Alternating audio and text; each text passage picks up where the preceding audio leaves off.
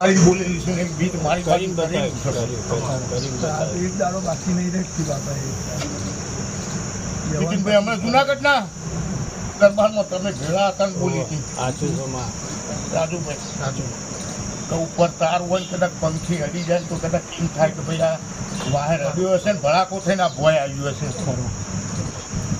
મારા છોકરાને લઈને હેડી હતી ચેતીને હેડજો આ તો મલકમાં પૂછાયેલું નહીં, આ તો ખતર વિદ્યા કેલવા જવાનું. એટલે નીતિનભાઈ બહાર રહી નીના વાળું ચાલુ કર્યું, અંદર પગ ના દેવા દીધો ને આવે તો ભડકીને ના ખાઈ જવું એવું બોલી હતી. આજે હેતુ આપું કરીને ઉભી દઈશું ભાઈ 11 દાડા થઈને 11 દાડે ના બનાવ્યું તો મારું નામ દેવું ના કહેવાય.